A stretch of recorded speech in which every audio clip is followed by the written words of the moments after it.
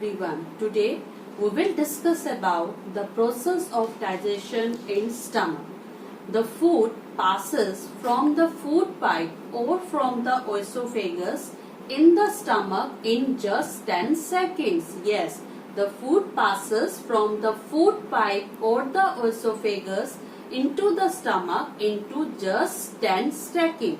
A stomach is a J-like, bag-like structure, pouch-like structure with a thick lining. It is a pouch-like structure, J-like structure with a thick lining, and it is about 12 inches long, and 6 inches wide. 12 inches long and 6 inches wide at its widest place. Okay, so this stomach helps in the process of digestion. An average adult stomach can hold up to 2 liters of food. Yes, it can hold up to 2 liters of food. And the thick muscular walls of the stomach, contract. Yes, they contract to churn the food, so that the digestive juices easily and mixed well into the food. So the thick muscular walls of the stomach contract to churn the food for the well mixing of the digestive juices into the food. These digestive juices are secreted by the inner cell lining of the stomach. Yes, the digestive juices are secreted by the inner cells lining of the stomach. For example, the digestive juice, or you can say an enzyme pepsin, is secreted by the inner cell lining of the stomach, and this pepsin is responsible for the digestion of the component protein present in food. The pepsin present in the stomach released by the inner cell lining is responsible to the process of digestion of the component protein and convert it into its simplest form. In the same way, the inner muscles of the stomach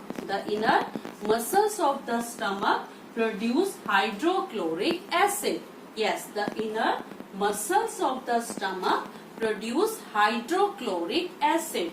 This hydrochloric acid just kills the harmful bacteria present in the swallowed food. So, if the harmful bacteria are present in the swallowed food, it is killed by hydrochloric acid released by the inner muscles.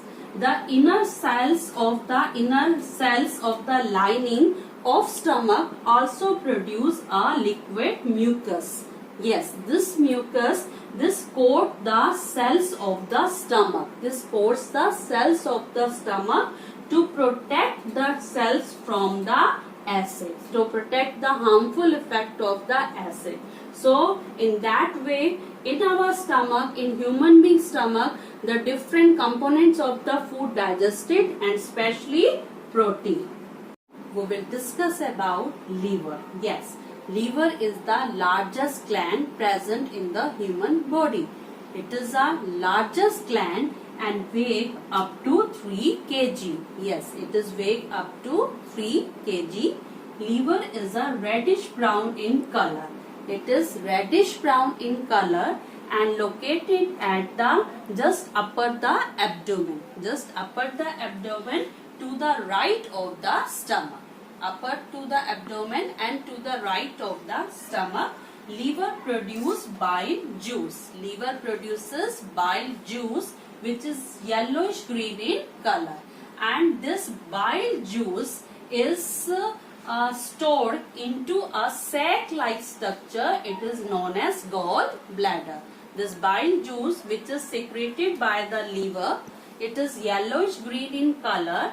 It is stored into a sac-like structure. It is known as gallbladder. the gallbladder is connected to the liver with the help of a duct. The gallbladder connected to the liver with the help of a duct, and this duct is known as bile duct. Means through the bile duct, gallbladder just attached with the liver. And this bile juice, the main function of this bile juice is to neutralize the acid produced by the stomach. To neutralize the acids produced by the stomach so that the process of digestion can continue. So the acids produced by the stomach is neutralized with the help of the bile juice so that the process of digestion can be continued. Now, bile does not produce any enzyme. It does not take place in the process of digestion. It does not help to convert the food into its simplest form. It's only mixed with the fat component present in food. It's only the bile juice only mixed with the fat components present in the food to form fat droplets. And these fat droplets which are formed due to the mixing of bile juice into the fats present in the components are digested by the enzymes produced from the pancreas. These fat droplets are digested with the help of the enzymes produced from the pancreas. This pancreas is found between the stomach and the small intestine. It is present, pancreas is present between the stomach and small intestine, and the pancreas release a number of enzymes. Yes, the pancreas release a number of enzymes which are responsible for the digestion of different nutrients present in food. So, your carbohydrate, fats, proteins, vitamins, mineral, different nutrients present in the food, they are converted into their simpler form by the different juices, different enzymes released by the pancreas. After that, the food, after the process of digestion, the food reaches to the small intestine for further process of assimilation and absorption, along with the, if any food is left for digestion. Now we will discuss about different glands and their secretions. Yes, we will discuss about different glands and their secretion. So first of all, your salivary gland.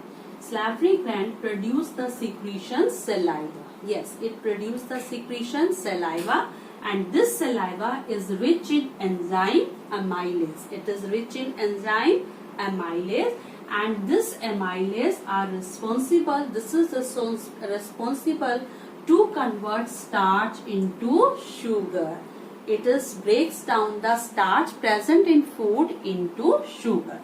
Now the next one, next stomach. In the stomach there is the digestive juices secreted by the stomach, and these digestive juices are rich in enzyme pepsin, and this pepsin is responsible to break down the proteins into peptones. This enzyme break down the proteins into peptones.